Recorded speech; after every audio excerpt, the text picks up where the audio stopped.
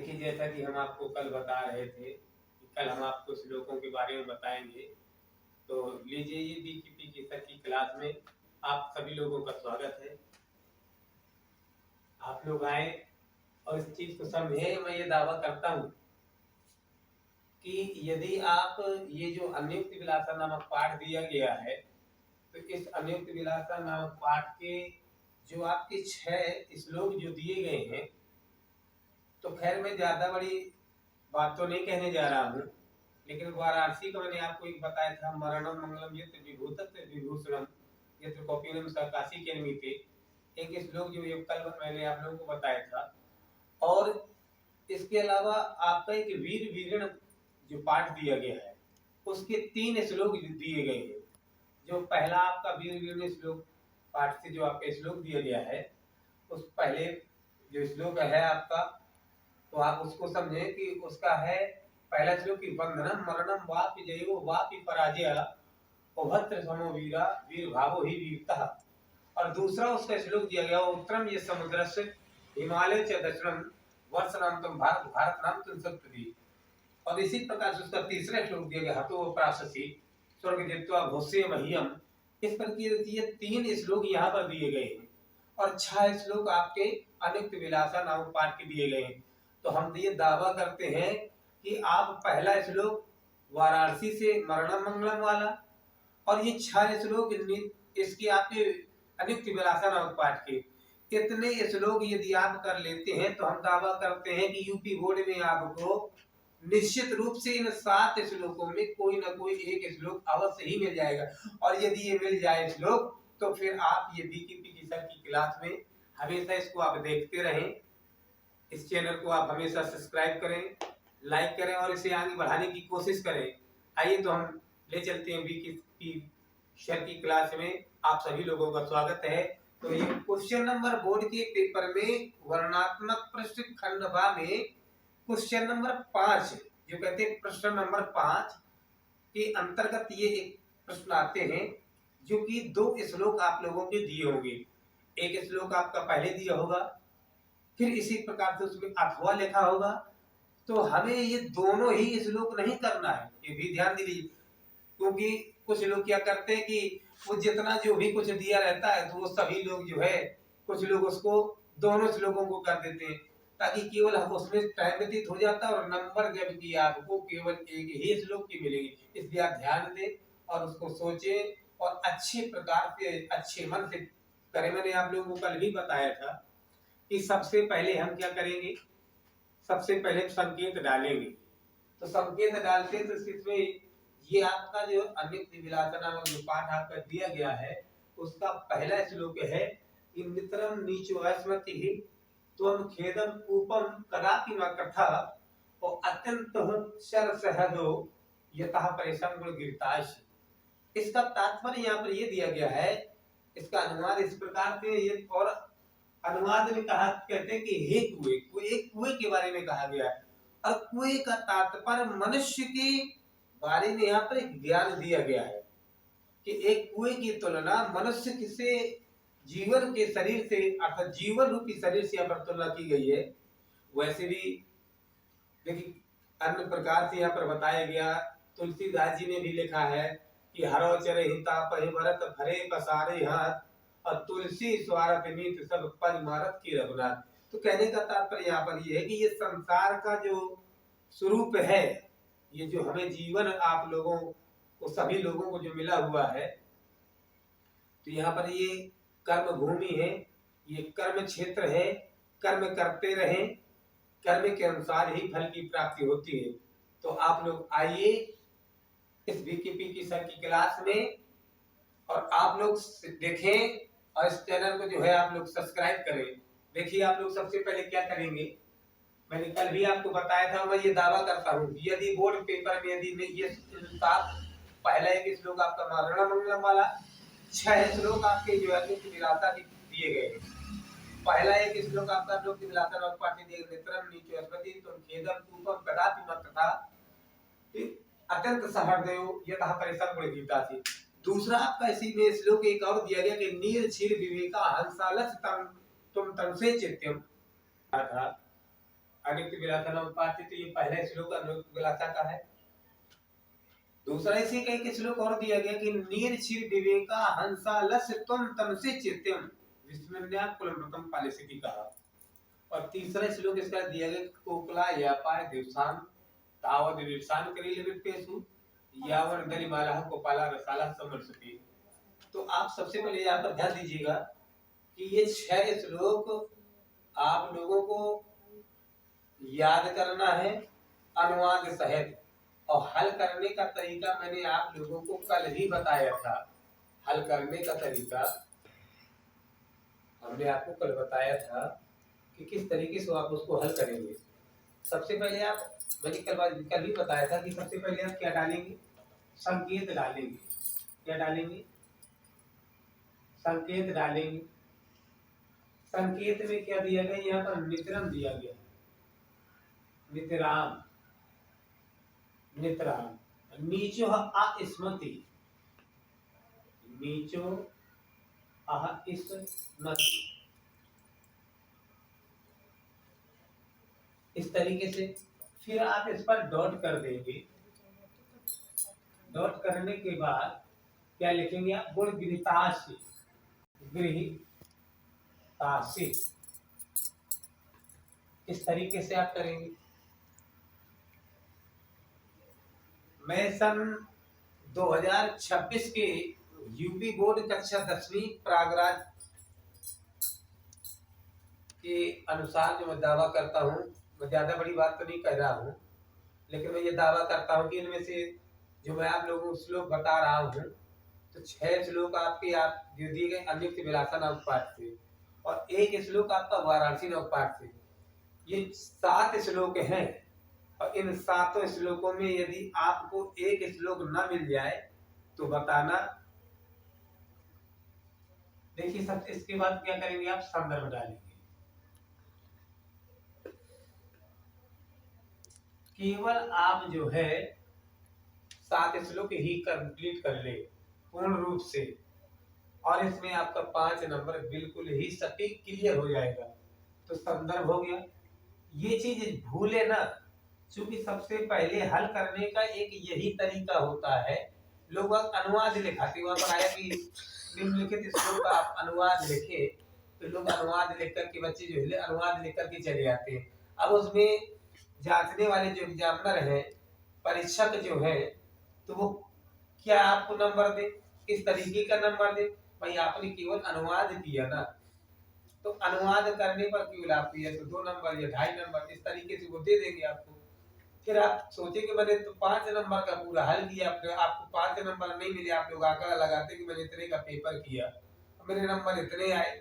तो इसका कारण केवल एक यही है कि आप लोग उसको विधिवत तरीके से आप उसको हल नहीं करते। तो सबसे पहले आप संकेत डालें, इस तरीके से आप इसको जो है अंडरलाइन करें।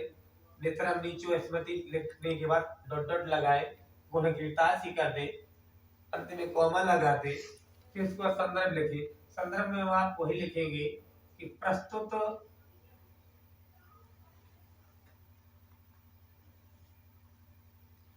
श्लोक हमारी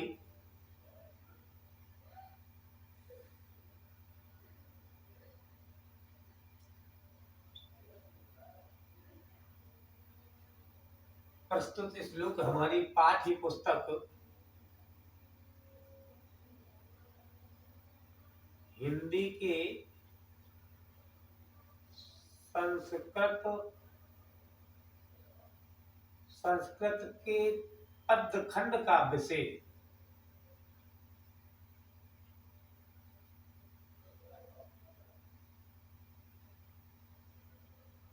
संस्कृत के पद्यखंड काव्य के अन्य योक्ति विलासा नामक पाठ से यह श्लोक लिया गया है। देखिए मैंने आप लोगों को प्रसंग बताया तो यहाँ पर एक मनुष्य की तुलना के बारे में कहा गया है, एक कुएं से तुलना की गई मनुष्य की कि हे कुएं तुम परेशान मत हो, तुम तो बहुत ही अच्छे व्यक्ति हो। यहाँ पर वही चीज बताई गई है कि नितरम नीचो स्मृति, मतलब निजता के बारे में कहा गया। निजता का तात्पर्य यहाँ कोई बुरे व्यक्ति से तात्पर्य नहीं है, यहाँ पर एक गहराई के लिए कहा गया है कि तुम कितने गहरे हो और फिर भी दूसरों की गुण रूपी रस्सियों को ग्रहण करते हो। इसलिए यहाँ पर कहते हैं कि हे कोई तुम परेशान मत हो, तुम तो बहुत ही अच्छे व्यक्ति हो। ये एक प्रसंग दिया गया। प्रसंग के बाद आप अनुवाद करेंगे तो अनुवाद में क्या है, इसका अनुवाद करते हैं, कहते हैं कि हे कुएं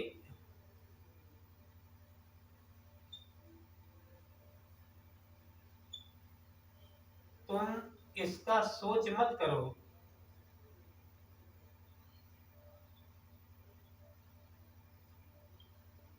एक हुए तुम इसका सोच मत करो कि मैं इतना गहरा हूं, कि मैं इतना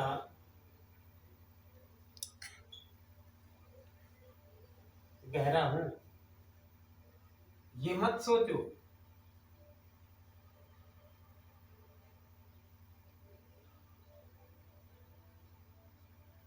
ये मत सोचो। और कहते कि कदापि न कथा, ऐसा मन में कभी विचार मत लाओ, ऐसा कभी मन में तुम विचार मत लाना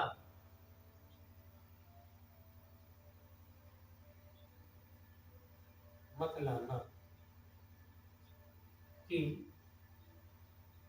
मैं इतना गहरा हूं,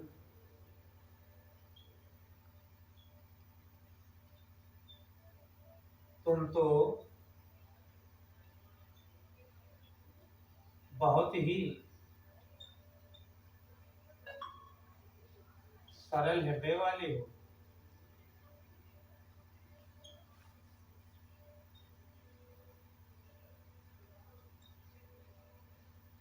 और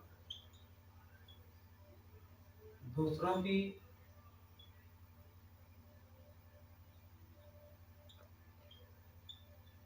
गुण रूपी रस्सियों को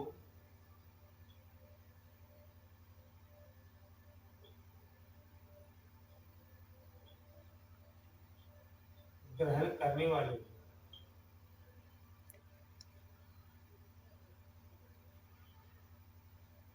ग्रहण करने वाले। अब इसके बाद यदि आप देना चाहते हैं तो आप विशेष दे दीजिए। इसमें विशेष में आप किस तरीके से आप करेंगे, विशेष में आप इसकी विशेषता बता सकते हैं, यहाँ आप ये भी बता सकते हैं कि तुम परेशान मत हो, इतना मत सोचो किसी चीज के बारे में कि हम इतने गहरे हैं, इतने नीच हैं। नीच का तात्पर्य निचाई से दिया गया, निचाई का तात्पर्य गहराई से लिया गया। ये मत सोचो कि मैं इतना गहरा हूँ, ऐसा कभी भी मन में किसी भी प्रकार का विचार मत लाना। वैसे भी कहा गया है कि जैसे कि कहते हैं कि लीजिए, तो ये विशेष है आपका, जैसे विशेषता भी बता सकते हैं आप, विशेष लिख सकते हैं, विशेषता भी लिख सकते हैं। तो कहते हैं शायद यही है नियति, शायद यही है नियति और यही है कहानी, और ख्वाब बड़े हैं पर जमी अपनी कहाँ उड़ानी। कहने का तात्पर्य यह है कि यदि मनुष्य की नीयत अच्छी है तो उसकी एक ऐसी अजीब कहानी होती है। तो कहते हैं कि नीयत बरकत होती है तो सब कुछ अच्छा होता है। तो जब नीयत ही आपकी, तो यहाँ पर एक इसकी बात कहते हैं कि नितराम नीच होती, तो एक इसमें जो नीच के बारे में बताया गया, तो एक नीच का किसी ऐसे प्रकार से नीच का नहीं कहा गया है, उसकी केवल उसकी विशेषता दी गई है, उसकी गहराई नापी गई है कि एक कुआं कितना गहरा होता है और उस पर कितनी ही बाल्टियां, अनेक प्रकार की रस्सियां उसके अंदर जाती हैं और अन्य प्रकार के कूड़ा करकट भी लोग वहां डाल देते, लेकिन फिर भी उसका पानी हमेशा शुद्ध ही रहता है। तो उसकी एक विशेषता दी गई है। तो इसलिए कहने का तात्पर्य कि मनुष्य को भी इसी प्रकार से होना चाहिए जिस तरीके से कुआं होता है। तो मनुष्य जो है यदि कुएं के समान हो जाए तो वो हमेशा, जैसा कुआं जो है ठंडक प्रदान करता है, शीतल जल प्रदान करता है, वैसे ही मनुष्य के जीवन में हमेशा शीतलता प्रदान बनी रहेगी और उसकी नियत भी अच्छी रहेगी। तो कहते कि शायद यही है नियति और यही है कहानी, और ख्वाब बड़े हैं पर जमी अपनी कहाँ उड़ानी। लेकिन एक चीज और करें, एक शायरी में और भी कहा गया है, देखिए, लगन सच्ची होती है तो सपने भी साकार होते हैं। इसलिए आप लोग अच्छी लगन के साथ कार्य करें। देखिए, कोई हम भगवान नहीं है कि हम आपको दावा करें, लेकिन मैं इतना दावा अत्यधिक बता रहा हूं कि आप 7 श्लोक याद कर लें। मैं 7 श्लोक में आपको निश्चित ही एक श्लोक अवश्य ही वहां लिखने के लिए अवश्य आएगा, हम दावा करते हैं इन 7 श्लोकों में। प्रिय बच्चों, ये आपका दूसरा श्लोक इस चीज से दिया गया है अनुक्ति विलासा नामक पाठ से। नीर चीर विवेके हंसालस तुम तम से चित्यम विशून्याधुरम पालसिति कहा। ये दूसरा श्लोक है। इस दूसरे श्लोक में भी आप संस्कृत में संकेत डालेंगे। सबसे पहले नीर विवेके कर दिया, डॉट डॉट कर दिया, पालसिति का अंतिम शब्द कर दिया। उसके बाद आप संदर्भ लिखेंगे कि प्रस्तुत श्लोक हमारी पाठ्य पुस्तक हिंदी के संस्कृत पद्यखंड के अनुक्ति विलासा नामक पाठ से यह श्लोक लिया गया है। उसके बाद आप प्रसंग करेंगे कि यहाँ पर इस श्लोक में समय के साथ चलने को कहा गया है और कहा है कि आलस्य करना छोड़ दे।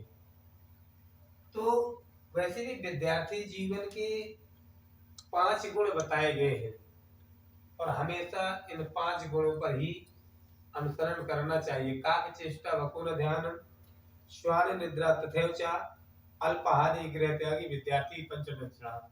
मतलब काक चेष्टा विद्यार्थी की जो चेष्टा है, काक चेष्टा वो कौवे के समान होना चाहिए। वकोर ध्यानम, उसका ध्यान बगुला जैसा होना चाहिए। काक चेष्टा वकोर ध्यानम श्वान निद्रा, और कुत्ते जैसी उसकी नींद होनी चाहिए। तथैव च अल्पाहारी, और अल्पाहारी का तात्पर्य यह है कि कम भोजन करने वाला। कम भोजन करने वाले का तात्पर्य ये नहीं कि वो खाना ही ना खाए, उसका तात्पर्य ये है कि जिस समय वो पढ़ाई करे, जिस समय वो पढ़ाई करे, किसी भी प्रकार का पढ़ाई के क्षेत्र का कार्य कर रहा हो, तो वहां पर उस पर जो है उसको क्या करना चाहिए, उस समय भोजन कम करना चाहिए। क्योंकि यदि वो भोजन ज्यादा कर लेगा तो उसको जो है आलस आ जाएगा। इसलिए काक चेष्टा वकुर धनम स्वान निद्रा तथा अल्पाहारी गृह त्यागी और विद्यार्थी पंच लक्षणा। गृह को त्यागने का तात्पर्य, गृह को त्यागने का तात्पर्य ये नहीं कि घर को त्यागने, कहने का तात्पर्य यहाँ पर ये है कि घर से वो मोह माया का त्यागना कहने है। और जिस समय वो पढ़ाई के क्षेत्र पर है तो उसे केवल एक ही उद्देश्य बना करके कार्य करना चाहिए। इस प्रकार की ये 5 चीजें विद्यार्थी जीवन में बताई गई है। और फिर इसके बाद जो है आप प्रसंग है जहाँ पर कि जैसे यहाँ पर बताया गया कि यहाँ पर इस श्लोक में समय के साथ चलने को कहा गया है। इसलिए मनुष्य के को जो है हमें अपने हमेशा समय के साथ का पालन करना चाहिए और वहां पर कहते कि आलस को त्याग देना चाहिए। वैसे भी कहते कि फिर इसके बाद आप अनुवाद करेंगे कि हे हंस, कहते नीर विवेका हंसा लस्य तुम तमसे चेत्यम। कहते हे हंस, यदि तुम्हें दूध और पानी को, नीर और क्षीर, दूध और पानी को यदि अलग करने में तुम खुद ही आलस्य करोगे, तो अगर तुम अपना समय बर्बाद करोगे तो फिर तुम अपने कुल की मर्यादा का पालन कैसे करोगे।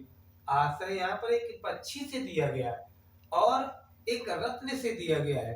मतलब एक रत्न दूध का और एक पक्षी की तुलना, एक हंस की तुलना, कहने की तात्पर्य यहाँ पर नीर और क्षीर, एक हंस को इस तरीके की तुलना दी गई है कि एक हंस की तुलना का तात्पर्य यहाँ पर एक मनुष्य की तुलना के बारे में इसमें समझाया गया है। और यहाँ कहते हैं कि नीर और क्षीर कि हे हंस, यदि तुम ही दूध और पानी को अलग करने में खुद ही आलस करोगे तो अपने कुल की मर्यादा का पालन और कौन करेगा। इसलिए कहने का तात्पर्य यहाँ पर यह है कि प्रिय बच्चों, अपने समय को आप बर्बाद मत करें।